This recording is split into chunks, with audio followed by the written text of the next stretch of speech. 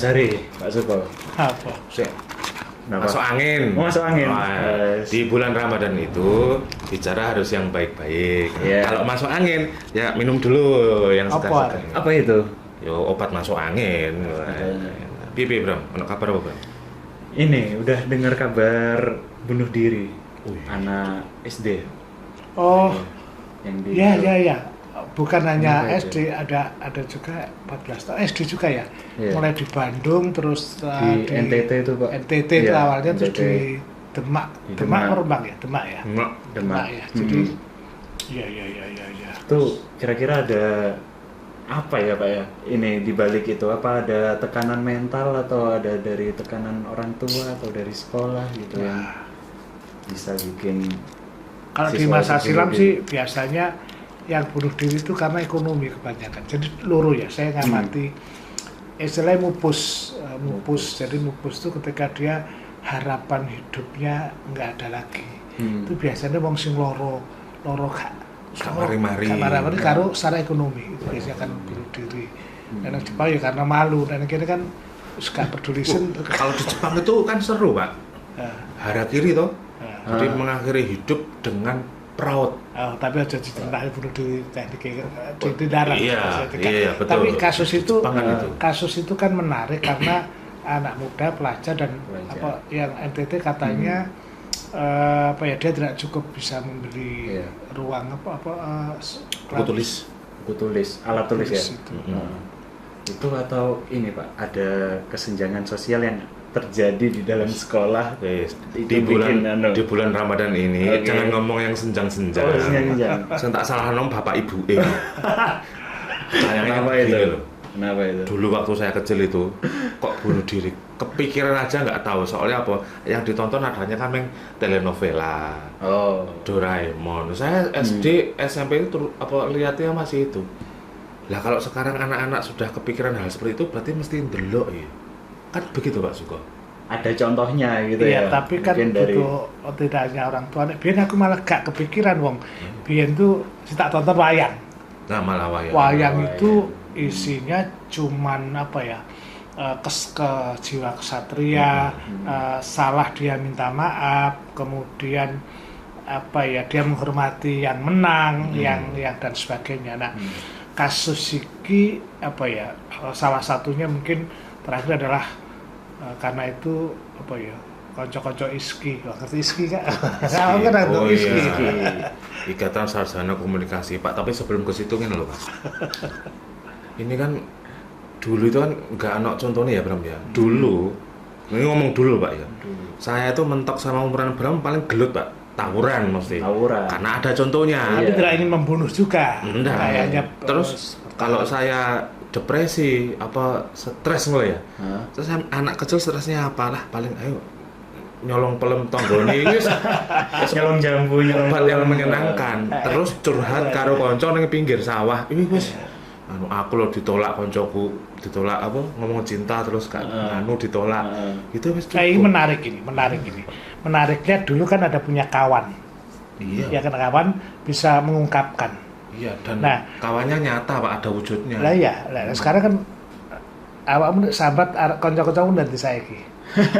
Saya sambat sekarang pakai ChatGPT. Curhatnya. Curhat ChatGPT gitu. Kak yo mengungkapkan statusnya aku nate ngasih nilai mahasiswa itu B iki jan wis apik kosong yo mari ngono statusnya dhek itu. Ya Tuhan, ada dosen kok kejam sekali. Jadi sudah sampai. Tapi itu guyon. Nah maksud saya kasus bunuh diri bocah gak kepikiran. Zaman hari kan gak kepikiran. Nah kenapa begitu? Karena dia mendapat informasi,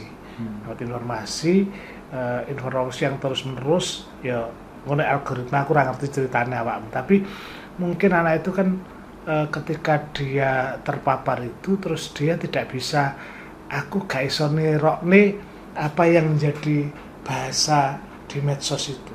Maka dia merasa menjadi orang terpinggir, merasa tidak menjadi bagian dalam perhelatan digital itu gitulah.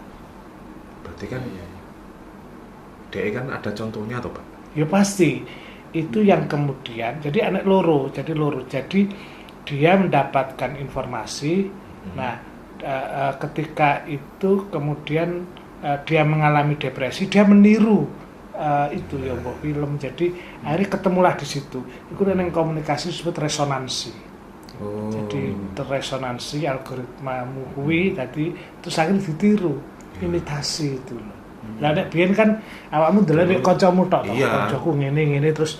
Kalau dulu saya biasanya setelah mendapatkan informasi, saya konfirmasi Pak. Umpamanya begini, saya ngomong cinta ditolak, ya kan? Tapi nolaknya kan dia nggak bilang saya, dia ini sebenarnya juga cinta aku apa enggak sih? Saya selalu cari konfirmasi ke teman saya. Jadi dia mbak aku seneng pora tau. Batin moral. Iya, tapi saya selalu melakukan proses konfirmasi itu Pak. Nah sekarang itu anak apa dia nggak? Jadi komunikasi yang sangat bebas yang direct itu juga bahaya. Itulah bahayanya komunikasi, karena itu memang beberapa negara kan sekarang juga harus memandu anak-anak menggunakan gadget, dan mereka Australia atau Finlandia kan juga membatasi anak-anak tidak boleh punya akun ya, 15 tahun ya Pak. Awakmu sebagai sarjana komunikasi apa nek perubahan atau anak dia lahirnya langsung digital? Saya waktu kecil udah kenal digital ya Pak. Jadi kelas 4 SD mungkin ya, itu udah dicekoki Facebook, udah mainan Facebook kok. Saya kelas 4 SD itu udah bermedia sosial lah. Jadi nggak pernah ngalami kayak model hari nyolong pelem bal-balan? Masih Pak, masih. Kalau saya nggak pelem sih. Kalau di rumah tuh banyaknya pohon jambu sama Carson kecil-kecil ini. Ya, itu. Terus jalan-jalan kayak ke apa ya? Ke langsung lapangan main bola. Udah enggak sih Pak. Kalau saya udah enggak, agak berkurang. Termasuk main-main itu. Kelemahan media itu kita tuh jadi penonton aja, nggak pernah jadi apa ya? Jadi lakon gak nate, tapi menjadi penonton aja. Nah, terus gimana loh Pak sekarang? Yuk minimal kan Bapak sebagai ketua Ikatan Sarjana Komunikasi Indonesia wilayah Jawa Timur. Nah, itu kan iki matur nuwun sing kok ombe mau iki diparingi Mas Ferry. Enak jamu ibu. Jamu ibu enak. X angin. Jadi angin ini di X mesti lewat. Jadi menurut saya kita harus istilahnya radical break, memecahkan secara radikal, membuat kan nggak mungkin. Saya kira istilah kita hidup bersama. Nggak mungkin anak-anak atau orang tua sekarang lepas dari gadget. Bukan bantale konco-konco kayak. Alasannya nunggu sahur, nunggu imsak, padahal yo didelok yo video drajin kabeh, drakor kabeh. Jadi menurut saya itu yang kita sebut dengan hybrid living, ya, hidup bersama yang tidak bisa. Gak mungkin kita meninggalkan digital, tapi bagaimana kita membuat bijak.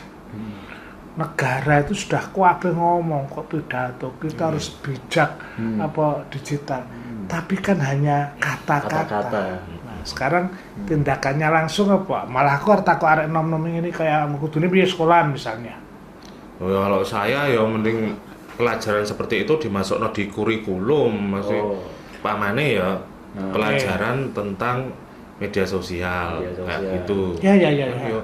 Nggak masuk kurikulum misalnya nggak tahu Pak ya caranya awal musul aja nanti karena kadang-kadang pikirannya meletek, kadang-kadang pendidikan kewarganegaraan diganti pendidikan media sosial gitu. Kewarganegaraan digital gitu. Iya bagus. Jadi itu ya dikenal betul. Wong nyatanya kan kita ada istilah kan netizen kan. Netizen ya. Nah enggak apa-apa. Jadi nek biar istilah kebo nyusu gudel, orang tua belajar pada anaknya, ya saat ini menurut saya pun juga belajar loh Mas. Jadi nek biar kan wajar kan rong jam saudara manut kabeh mahasiswa. Saiki 10 menit arek wis gopoh kabeh. Jadi menurut saya enggak apa-apa. Jadi ini fenomena fakta yang saya kira semua harus belajar. Semua harus belajar. Termasuk guru nih. Termasuk nggak apa-apa diajarkan ke siswa etika komunikasi digital, resiko dan sebagainya. Nah kemarin anakku Pak bilang, Pak apa nak selingkuh itu apa tuh Pak? Anakku kelas 2 SD Tahu istilah itu ya. Tahu itu saya bingung. Loh, sampean ngerti kondi ngono. Ini di HP nih mama Mas. Terus tak lihat, sampean ndelok apa toh? Itu loh Pak, drama-drama seperti itu. Akhirnya kan saya bingung jelaskan. Kan nggak ada kontrol sama sekali. Orang tua pun saya kira juga harus belajar juga dengan peristiwa semacam ini. Sekarang negara yang paling tertipu mana? Wah, ini kita itu tepak ya. Menurut Global Index Fraud, jadi negara kita itu negara yang paling mudah tertipu. Maksudnya yang tidak tahu tertipu masalah kasus digital, keuangan atau digital. Saya cuma pengen itu tuh Pak. Kalau anak saya tak bilangi, nah itu istilah itu tidak benar, film itu tidak benar, itu cuma hiburan saja. Tidak percaya Pak. Tapi saya ngomong guru nih. Mari, jadi saya kira saatnya kita sama-sama belajar dari peristiwa bunuh diri siswa akibat dugaan saya sementara adalah karena dampak digital. Belum lagi nih awakmu Dr. Fitri akan tempoh hari ke rumah sakit Menur itu kan kita akan kesana lagi. Terima kasih ya Bu Dokter yang juga perhatiannya. Tapi jumlah anak yang kecanduan digital itu tinggi sekali. Itu kasusnya kalau obatnya apa? Karena obatnya dikasih gadget. Nangis obatnya gadget HP gitu. Disuruh nonton scroll gitu loh Pak. Bahkan yang ngeri ketika anak diambil, dia teriak-teriak sampai buka bajunya dan sebagainya. Jadi dampak digital itu kayak itu. Bunuh diri di NTT, di Demak, dan kasus cinta putus bunuh diri di Bandung adalah bagian-bagian dari catatan-catatan yang dalam setahun terakhir ini tak jatuh dan gamang.